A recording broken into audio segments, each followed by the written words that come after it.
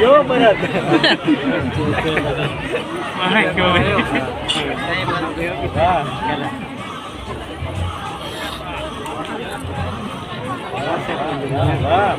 જે ભાઈ પેલી બાજુ જે કેરિયા ટીમ છે એમને વિનંતી છે કે જેઓ થોડીવાર બંધ કરાવશો ત્યાંના મિત્રો. જે આપણે કેરિયા ભાઈઓનું જે નૃત્ય ચાલુ છે એમને બંધ કરાવે એવી અપેક્ષા. અને જે પણ ભાઈ અહીંયા સામે ઊભા છે એ પણ થોડી જગ્યા આપો અને આજુબાજુ જે નાના ભૂલકાઓ છે એમને દેખાય એવો આગ્રહ રાખું છું. કેરિયા ટીમને વિનંતી છે કે તેઓ બંધ કરે પ્લીઝ. આપણી પાસે સમય ઓછો છે અને વક્તાઓ વધારે છે તો કોઈ ડિસ્ટર્બ ના થાય અને આપણે સમયસર આપણે સૌનું સાંભળીએ.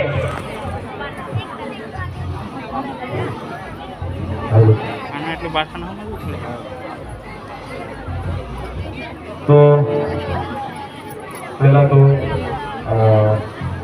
અહીંયા ઉપસ્થિત તમામ લોકોનો, ગ્રામજનોનો, બહેનો, ભાઈઓ, વડીલો, આગેવાનો, વડીલો, સરપંચો, તમામ લોકોનો ખૂબ ખૂબ આભાર. અમે થોડા લેટ પડ્યા પણ આવ્યા તો અમને ખૂબ સારું લાગ્યું. અમે આટલી મોટી માત્રામાં ભેગા થયા છે એક આવા અંતરિયાળ વિસ્તારમાં. તો ઠેઠ શહેરથી ગુજરાત રાજ્યના છેવાડે આવેલો કવાંટ તાલુકામાં કડલા ગામમાં આ કાર્યક્રમ આયોજિત રાખવામાં આવ્યો છે. અને જોવા જઈએ તો માણસો પોતાનો સમય ફાળો આ કાર્યક્રમમાં આપ્યો છે જેથી કરીને સમાજની અંદર એક સારો મેસેજ જવાનો છે એવી લાગણી છે. આ કાર્યક્રમની અંદર મોટી માત્રામાં મહિલા અને બહેનો જોવા મળી રહી છે. એમના માટે જોરદાર તાલીઓ પાડી દઈ છે. કારણ કે એ લોકોનો સાથ મળશે તો સમાજ 100% આગળ જશે એવી લાગણીઓ છે અમને બી. સશક્તિકરણ એટલે કે મહિલાના અધિકારોની વાત હોય જ્યારે એ લોકો બી બોલતા અને જાગૃત થઈ જશે, અવાજ ઉઠાવતા થઈ જશે તો સમાજની દ્રષ્ટિએ ઘણી બધી આગળ જવાની ક્ષમતા દેખાઈ રહી છે.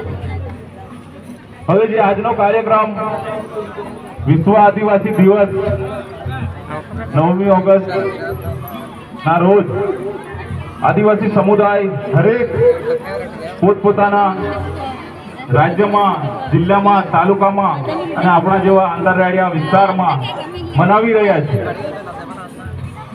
તો આદિવાસી સમુદાયની અંદર આપણા આદિવાસી વિશ્વ આદિવાસી દિવસના દિવસે આપણા સાંસ્કૃતિક વારસો, આપણી પરંપરા, આપણા ઐતિહાસિક તહેવારો, આપણી રહેણીકહેણી, આપણા ખાનપાન જેવી આપણી પરંપરાની વાતો કરવામાં આવતી હોય છે. અને સમાજમાં આવનારી પેઢીને, આવનારા યુવાનોને એક સારો અને સાચો મેસેજ આપવામાં આવે છે જેથી કરીને કાલનું ભવિષ્ય સુધરે, આવનારું ભવિષ્ય સુધરે. બિરસા મુંડા ભગવાન, જયપાલસિંહ મુંડા, બાબા આંબેડકર જેવી રીતે ટંટિયા મામા ભીલ આપણા આદિવાસી સમુદાય માટે શું કર્યું અને પોતાનું જીવન એક સમાજને સુધારવા માટે, સમાજને સારા રસ્તા પર લઈ જવા માટે પોતાનું બલિદાન આપી દીધું છે. તો આપણે એમના વંશજો છે. આદિવાસી સમુદાય ઐતિહાસિકની અંદર, દુનિયાની અંદર સૌથી પૃથ્વી પર પહેલો વસેલો સમુદાય કહેવામાં આવે.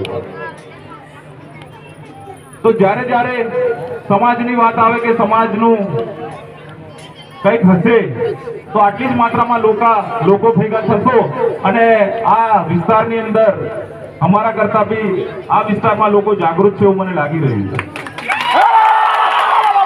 અને આવનાર સમયની અંદર તમારી મહેનત, તમારા હક અધિકાર, તમારે એક સચ્ચાઈની લડાઈ છે એ લડાઈના બી પરિણામો નકળી આવશે એવું મને લાગી રહ્યું છે. પણ જ્યારે જ્યારે સમાજની અંદર વડીલો તો સમાજને સુધારવામાં, પરંપરાને લઈને ચાલવામાં, સાંસ્કૃતિક વારસો જળવવામાં વડીલોનો હાથ છે. ભલે શિક્ષણ ઓછું છે પણ આજકાલની યુવા પેઢીઓ અને જન્મનારા યુવાનોનું શું અને એ લોકો કઈ દિશામાં જઈ રહ્યા છે? કેટલા યુવાનો વડીલોની વાત માની રહ્યા છે? સમાજને ક્યાં ખોટ પડી રહી છે? સામાજિક રીતે કે રાજકીય રીતે દરેક રીતે વાતો કરવામાં આવતી હોય છે તો આપણા સમાજના યુવાનો, બહેનો ક્યાં સુધરવા જેવું છે અને ક્યાં સાંભળવા જેવું છે, વાતો સાંભળો અને ક્યાં ક્યાં ભૂલો પડી રહી છે, ક્યાં ક્યાં અવાજ ઉઠાવી રહ્યો છે. દુનિયાની અંદર આપણને આદિવાસી તરીકે આપણી ઓળખ પર ગર્વ થાય છે. ઘણા વર્ષો પહેલા બધા કહેતા હતા કે આદિવાસી ઓળખાવા માટે બી શરમાતા હતા લોકો, પણ જે ગામડામાં રહે છે, આવી રીતે કુદરતીના ખોળો રહે છે, ક્યારે શરમાયા નહીં. લગન મરણ હોય, 12મું 13મું હોય, એની પરંપરા મુજબ ગમે એવું મોટું કામ છોડીને આખું ગામ ભેગું થઈને ફરી ભેગું થઈને એનું કામ કરે છે. પણ એક નજરથી હું યુવાન છું, 25-26 વર્ષની મારી ઉંમર છે, એમાં મેં જોવા જઈ રહ્યો તો આપણી યુવા જનરેશન એનાથી દૂર ભાગી રહી છે. તમારે આવનારું ફ્યુચર, હેલ્થ ઓર્ગેનાઇઝેશન એવું કેવું છે કે આવનારી પેઢી માંડ 60-65 વર્ષ જીવે એવી શક્યતા. નાની ઉંમરમાં વ્યસન, નાની ઉંમરની અંદર બહારનું ખાવાનું, અને જે વડીલોનું અને જે આ ઉંમરલાયક લોકો છે એ જ લોકો 80-90 કે 100 વર્ષ જીવશે. બાકી વિશ્વની અંદર સૌથી વધારે જીવિત જનાર બી આદિવાસી સમુદાયમાંથી લોકો આવે છે.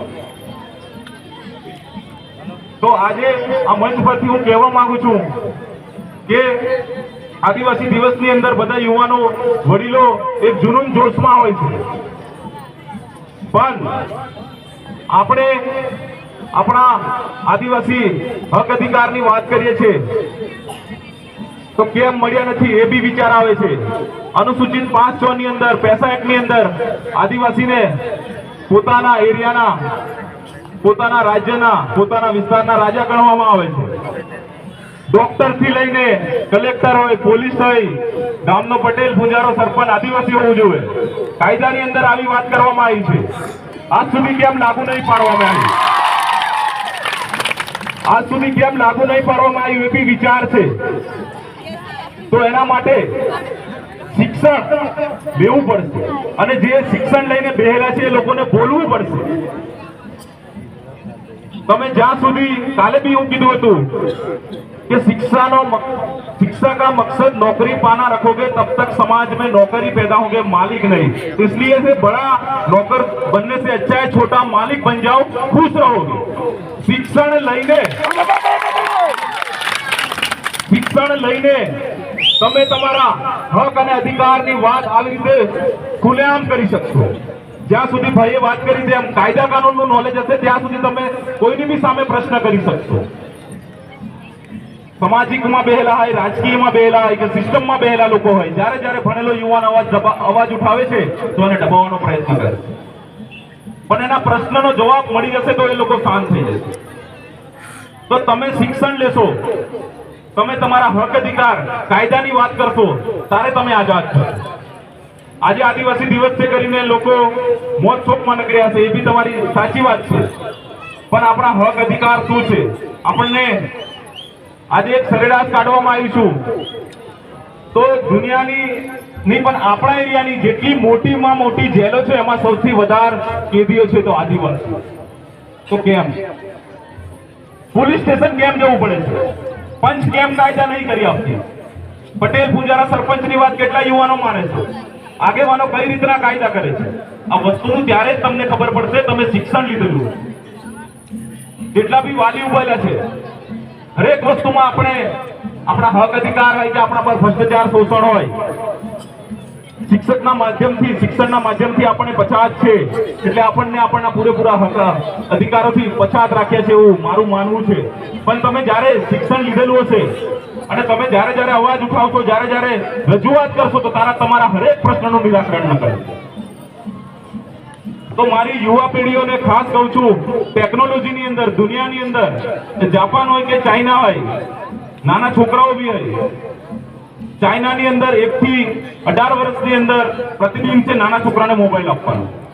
18 વર્ષ સુધી સરકાર દેખે છે, 18 ના 19 વર્ષ જેવું ચાલુ થાય એમાંથી છોકરું પોતે પોતાનું શિક્ષણ કે એનું વ્યવસાય ધંધામાં કે ગમે તે રીતે આગળ નીકળી જાય. તો આજનો જે દિવસ છે એ આપણી સાંસ્કૃતિક પરંપરા કે આપણા રીતિ રિવાજો પર વાત કરવાની છે, પણ બીજી દ્રષ્ટિએ બી સમાજને 2 શબ્દ બતાવવાની છે. ખાસ કરીને આજ આવનારું યુવાન આ એરિયાનું અને આપણા રાજ્યનું ફ્યુચર છે. એમાંથી કેટલાક ડોક્ટર બનશે, કેટલાક એન્જિનિયરો બનશે, કેટલાક સરકારી નોકરી કરશે, કેટલાક મારા જેમ સરપંચ બી બનશે.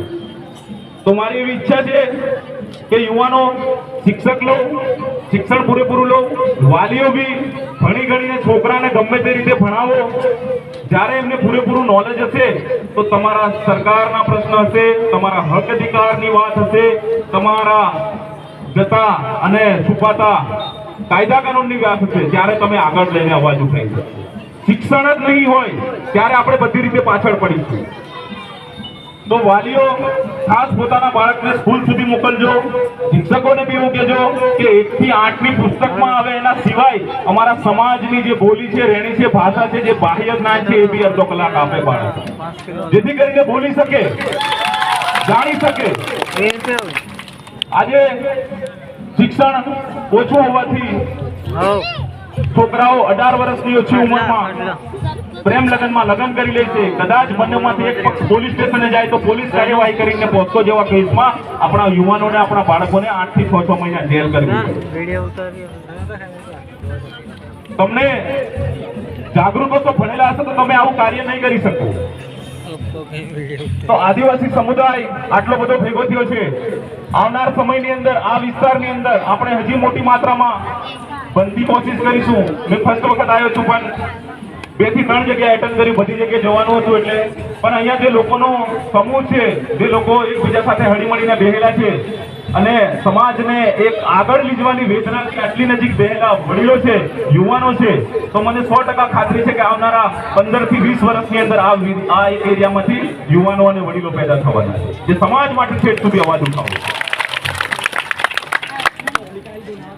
જ્યારે આદિવાસી એરિયાની અંદર પોતે વડીલ હોય કે કોઈ સામાજિક કાર્યકર્તા હોય કે આગેવાન હોય કે યુવાન હોય, પોતાના હક અધિકાર માટે અવાજ ઉઠાવશે અને હવે પછી એ માણસ સાચો હશે અને જો એને દબાવવાની કોઈ બીજી રીતે કૃત્ય થશે તો અમે ઠેઠ ઉમરગામ, અંબાજી, મહી, મહારાષ્ટ્ર, ગુજરાત, મધ્યપ્રદેશ અને રાજસ્થાનમાંથી આદિવાસીઓને ભેગા કરીને આપણા હક અધિકારની વાત કરીશું અને મોટી માત્રામાં લોકોને ભેગા કરીશું, આપણા અધિકારો માટે જાગૃત કરશે. એની હું મંચ પરથી એક મેસેજ મોકલું. જય જવાહર, આદિવાસી એકતા, आदिवासी एकता, लड़ेंगे लड़ेंगे हम आखा. ચાલો તો મારી વાણીને વિરામ કરું છું. ઘણા બધા વક્તવ્ય છે અને સમાજની જ્યારે વાત આવશે ત્યારે યુવાનો ખાસ રસ લેવું પડશે. 2 મિનિટ લઉં છું જેથી કરીને જે વ્યસન કરતા હોય, આજના યુવાનો વ્યસન કરતા હોય, નાના મોટા કેસોમાં ખોટી રીતે પોલીસ સ્ટેશનોમાં ફરિયાદી થઈને જેલ કરવાનો સમય આવતો હોય છે. નાની મોટી ટેકનોલોજીનો દુરુપયોગ થઈને કોઈ કાયદાકીય રીતે તમે ફસાઈ જાવ છો, જેથી કરીને સાચા માણસની કે વડીલની તમારે વાત સાંભળવી પડશે. નિયમ તો ભણેલા ગણેલા હશે તો અમારે જેવાને મળશે તો બી અમે સલાહ આપીશું, પણ જેથી કરીને આપણો સમાજ એક સારા રસ્તે જાય. પોલીસ આપણા માટે છે, સેવા, સુરક્ષા અને શાંતિ, પણ આપણે કૃત્ય કરીશું તો એમને લીગલી એક્શન લેવું પડે છે. ખાસ કરીને હું જેલનું બી સર્વે કરી આવ્યો છું. સૌથી વધારે આપણો સમાજ જેલમાં. તો કેમ ઝઘડો હોય કે બીજું બી કશું બી લફડું હોય, સમાજની વાત પૂછો. ભણેલા લોકો છે, શિક્ષકો છે, એમને પૂછો. નિયમ તો અમારા જેવા યુવાનને પૂછો, પણ જાતે ડિસિઝન ના લો, જેથી કરીને તમારે ખોટા કોર્ટના ખર્ચા કરવું પડે છે. લાખો ખેતરો મૂકીને બી વકીલો સામે કેસ લડે છે. ખાસ કરીને આ પટ્ટાની અંદર પોસ્કોના વધારે કેસ છે. મારો સર્વે હવે સુધરી ગયા છે, ખૂબ સારું છે, પણ આપણે શિક્ષણ લેશું તો આગળ વધીશું. શિક્ષણની દ્રષ્ટિએ કઈ બી હશે તો અમે રજૂઆત કરવા તૈયાર છે. સ્કૂલો હોય, ટીચરોની હોય, આખા જિલ્લાની સમસ્યા છે, પણ શિક્ષણ માટેના પ્રશ્નો હોય તો આપણે હવે જરૂર અવાજ ઉઠાવીશું અને આદિવાસી સમાજને જાગૃત એજ્યુકેશન કરીશું. એટલે કહું છું, શિક્ષણ કરીને નોકરી મળી જશે એવું યોગ્ય નહીં. શિક્ષણ લીધું હશે તો ખોટા માણસ તમને દબાઈ નહીં શકે, તમારા પર રાજ નહીં કરી શકે. શિક્ષાનો મતલબ એ છે એજ્યુકેશન. જોહાર, જય આદિવાસી. ખૂબ ખૂબ ધન્યવાદ સરપંચ સાહેબે આપણને ખૂબ સરસ માહિતી આપી.